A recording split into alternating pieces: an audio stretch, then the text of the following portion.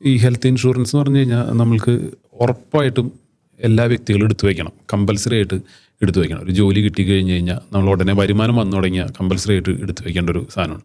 കാരണം വെച്ചാൽ ഒരു മെഡിക്കൽ എമർജൻസി എപ്പോഴാണ് വരാൻ നമുക്ക് പറയാൻ പറ്റില്ല. ചിലപ്പോൾ നമ്മൾ വിചാരിക്കുന്നുണ്ടാവും, ഞാൻ എൻ്റെ ഒരു മെഡിക്കൽ ആവശ്യകതകളിലേക്ക് വേണ്ടിയിട്ട് 5 ലക്ഷം രൂപ മാറ്റി വെച്ചെന്ന് വിചാരിക്കണം. നാളെ ഈ ട്രീറ്റ്മെൻറ്റുകൾ കാര്യങ്ങൾ 5 ലക്ഷത്തിന് മുകളിലേക്ക് പോയി കഴിഞ്ഞാൽ നമ്മൾ എന്ത് ചെയ്യും? അപ്പോൾ നമ്മളുടെ എമൗണ്ട് പെട്ടെന്ന് തീർന്നു പോയി. അടുത്ത വർഷം ചിലപ്പോൾ ഇതുപോലെ വന്നു, ആവശ്യം വന്നു, എന്ത് ചെയ്യും?